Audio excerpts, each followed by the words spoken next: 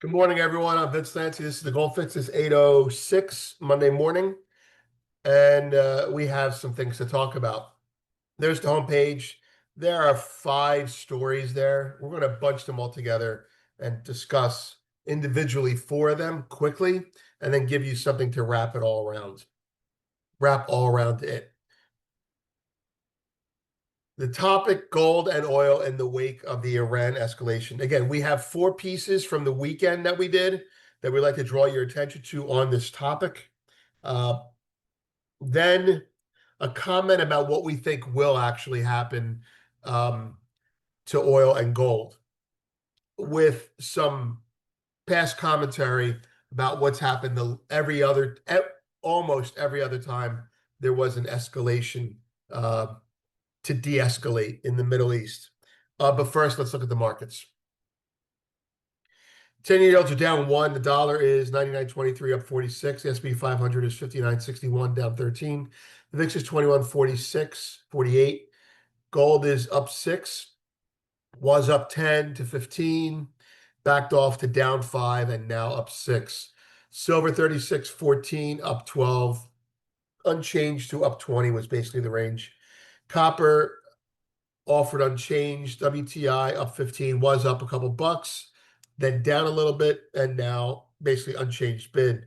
Natural gas 382, unchanged offered. Bitcoin 101, up 200, did recover about 1,000, but nothing exciting. Let's put it that way. It's acting like a stock right now. Palladium, platinum were down on their open, and now they're up. And the metals behaviorally all make sense. Gold and silver. Gold, silver as a spread, offered unchanged. Grains are all down, with corn down the most, down 5 cents at 432, over 1%.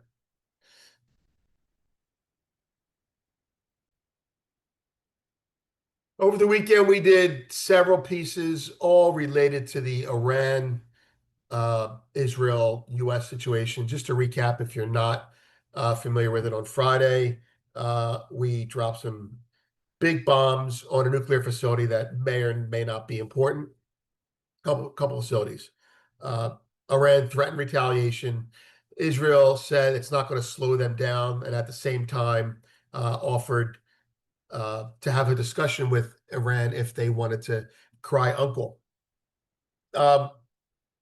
Russia said, we don't like this, but we're not going to be anti-Israel because there are 2 million Soviets, former Soviets, that are now in Israel. So when you put it all together, you have an escalation to de-escalate, is how I would call it. A bomb goes in, the U.S. steps into the hockey fight and lets its presence be known, but after a lot longer than usual, lets its presence be known. Everyone backs off and says, oh, the big guy's here. And so now they have a discussion. So the bombing was a message, the bombing was a message to Israel. Give them a chance to cry uncle, we'll be the bad cop and you can be the good cop now. Iran, it was a message that we haven't abandoned the region. If you keep this shit up, we're going to, do more. And Iran responded with more threats to close the Strait of Hormuz. Their government, I'm not sure what it's called, Congress, Parliament, passed their permission to do so. And that's the big risk now. Okay, so that's the news. All right, that's all the events. Oil was expected to come in higher. It did, and now it's off. Gold was expected to come in higher. It did, and now it's off. The dollar was expected to come in higher. It did a little bit, and now it's a little bit firmer. So all the responses are in the direction you would think, but they are muted, which is a sign that the plunge protection team is hard at work. Okay, let's go through, excuse me. Let's go through our post to this effect. Citibank, this is separate, but it's got to be factored in. Citibank says it's bearish on gold. And we put out a final word on that. We suspect it's talking to producers, not investors.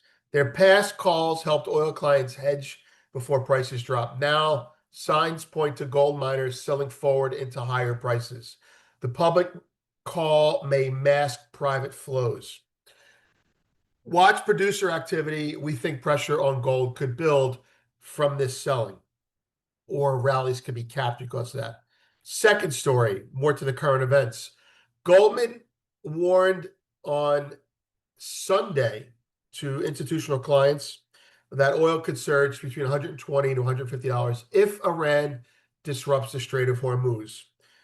Current prices already include about $10 in risk premium. While markets see this as temporary, as evidence from the move, some analysts say resolution won't come easily. Those analysts are me in that respect. Meanwhile, gold is holding firm even as the dollar strengthens, signaling deeper stress beneath the surface. Now, that was for founders. It was like a flash item.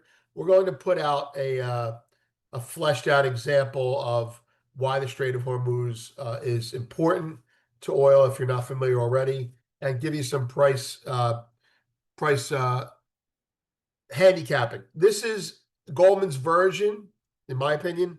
This is Goldman's version of what JP Morgan said about a week ago. The worst case scenario is X, and if X happens, oil could go to $110, $120.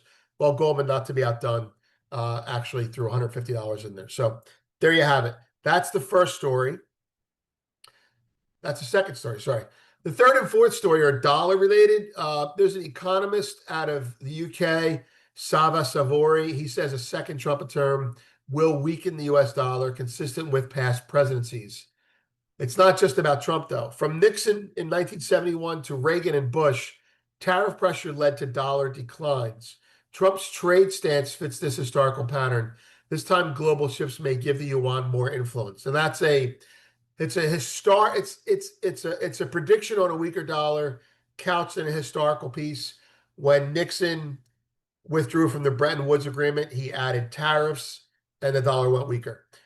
When Reagan did the Plaza II Accord, that had tariffs involved in it, it got weaker.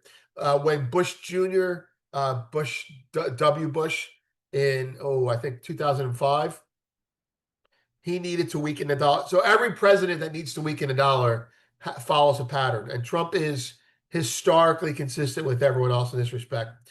The last piece is SocGen gave us some insight, gave us some data confirming what we already know. So SocGen and the ECB confirmed de-dollarization is no longer theory. It is now underway. As trust in fiat fades, gold has overtaken the euro and central bank reserves. Bloomberg did a piece on that. The dollar's decline hasn't boosted other currencies, only gold and some BRICS FX. So gold is going up, the dollar is going down. Emerging markets currencies are going up, the dollar's going down. The rest of the G7 currencies are going nowhere because this is about the G7 giving some value to the BRICS, to their economies. We're boosting their economies through currency intervention. Those four things taken together. Let me walk you through something seen over. This is more focused on the Iran situation. Let me walk you through this. We've seen this over and over again since the first Iraqi war. Every time a major crisis breaks out in the Middle East, the initial news headlines tend to mislead. Meaning, even when the conflict is severe, the coverage often points to a bearish reaction for oil and gold. That's not by chance, it's deliberate. Those who manage the pace of global commodity risk understand that keeping oil and gold quiet is part of managing perception. The war will end quickly. The war is not a big deal. We've got things under control. Go back to your daily lives. Now, oil and gold measure global tension. Oil immediately and gold chronically. They react in real time to unrest, but when that reaction becomes too visible, it gets contained. I'm talking about management of expectations. I'm not talking about manipulation. You may think it's the same thing, but it's not. When the Saudis pump more oil, that's to make money for themselves in case the strait gets shut, and it keeps a lid on oil prices. buying gold isn't as important as buying oil during these crises. Anyway, events are smoothed over quickly. Events, not the problem, are smoothed over quickly or their impact is played down. The goal is to prevent the world from seeing rising stress reflected in rising prices. That's the event. Now, Michael Hartnett at Bank of America has data on this, confirming what we understand and what we've lived through. We'll refer to it in more detail in another post. But the pattern is clear. Oil often rises during an event, but the move rarely lasts. Gold can even fall. Then over the next 6 to 18 months, both assets typically rise. Michael has the data on that. The real price signal is not what happens in the first 24 hours. It's what unfolds in the months that follow. Let's apply that to what happened last night. All right.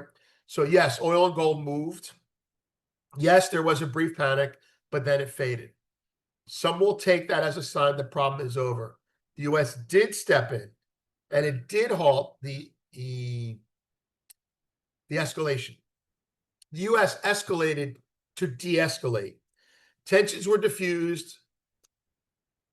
Kinetic tensions were diffused. Tensions are still there, but actionable tensions are not there. Everyone's stepping back a little bit. There's a new player in the room. But resolving the fighting does not resolve the costs. This is where the oil and gold thing manifests in a chronic stagflationary problem. Insurance on tanker shipments is going to go up. So is the cost of private security and military patrols. These increases won't reverse quickly. It's all part of deglobalization. Stress in the region adds a layer of permanent cost to energy delivery. This builds a price floor under oil and raises input costs across the entire board. This kind of structural cost pressure is how stagflation begins. The global economy is already slowing. I'm reading off my script here. Adding energy inflation on top of that makes it worse. China will feel this right away. Rising oil prices act as both a tax and a brake. So in fact, in that environment, countries usually respond the same way. They print. It may sound familiar, it may sound like a trope, but that's because the cycle keeps repeating. Middle East conflicts leads to higher oil costs. Higher oil costs push inflation up. Inflation pushes central banks towards easier money because it's stagflationary, and easier money raises demand for gold. So if you're long oil and gold and you were disappointed by last night's market reaction, don't be. The real move doesn't come from the headlines. It comes from the structural adjustments that follow, and those have already started. You could see, oil up, down, up. The U.S. no longer wants to police the Middle East day to day. It will make a show of force when necessary, but this message to the region is different now. This is no longer America's fight to participate in. It is our fight to manage. It's a hockey fight. The result will be higher oil prices. That's unavoidable when energy supply routes become less secure and costlier to protect. The difference today is that the burden shifts. The U.S. is close to energy self-sufficiency. China and the broader BRICS bloc are not. They will feel the squeeze first. At least that's my opinion. All right, so that's my spiel. Moving on. Coming soon, what happens to gold and oil prices after events like we've just seen? That will be in premium today. Bank of America looks closely at copper miners. And what are the chances of Iran actually closing the strait? That will actually be in premium as well today. Data on deck. Powell will be speaking a semi-annual monetary policy report before the House Services Committee during a 2-day session beginning Tuesday and continuing through Wednesday. Also, we have PCE this week. Looking at the markets. Well, there it is. Nothing about gold looks bad. I mean, look, this is actually pretty cool. In this range, I talked about doing butterflies back here, and I did a couple, but it's been a great trade. Silver, if you want to look at the right-hand side of the board, the price action today is crisis averted or at least delayed, and everyone's going back to unwinding positions. We're buying some. If you look at the metals specifically, gold is weaker on a bombing. Silver is stronger on a bombing. platinum is even stronger. So everyone who's short the white metals and long gold and copper against it are unwinding. This is a microcosm of what's going on right now when there's no news items in the market. Vince, that's it.